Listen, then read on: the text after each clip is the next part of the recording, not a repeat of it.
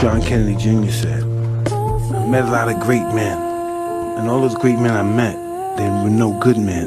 And he said, after meeting all these great men, I decided I want to be a good man.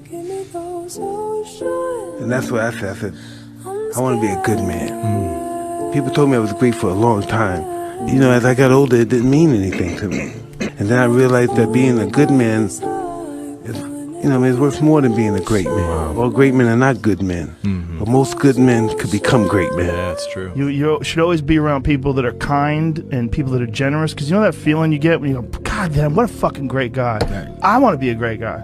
It's good for you. It's good for everybody. That's right. The person that only wants to be the man and wants everything for themselves and wants to be selfish and cut everybody down, that's a lonely, sad fucking person. That's a terrible place to be. It's terrible for yourself.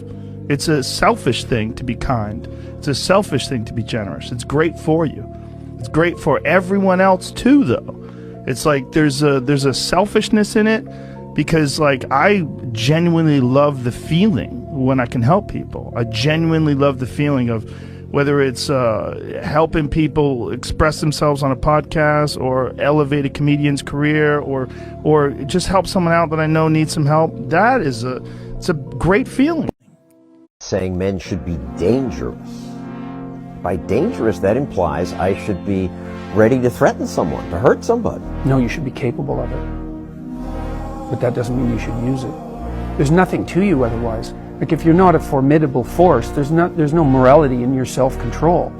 If you're incapable of violence, not being violent isn't a virtue. People who teach martial arts know this full well, right? If you learn a martial art, you learn to be dangerous, but simultaneously you learn to control it. Both of those come together. And the combination of that capacity for danger and the capacity for control is what brings about the virtue. Otherwise you confuse weakness with moral virtue. I'm harmless, therefore I'm good. It's like, no, that isn't how it works. That isn't how it works at all. If you're harmless, you're just weak. And if you're weak, you're not going to be good. You can't be, because it takes strength to be good. It's very difficult to be good.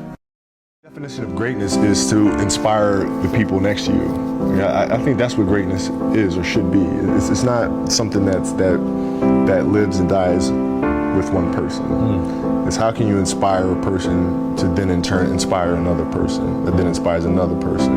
And that's how you create something that I think lasts forever. And I think that's our challenge as people, is to figure out how our story can impact others and motivate them in a way to create their own greatness.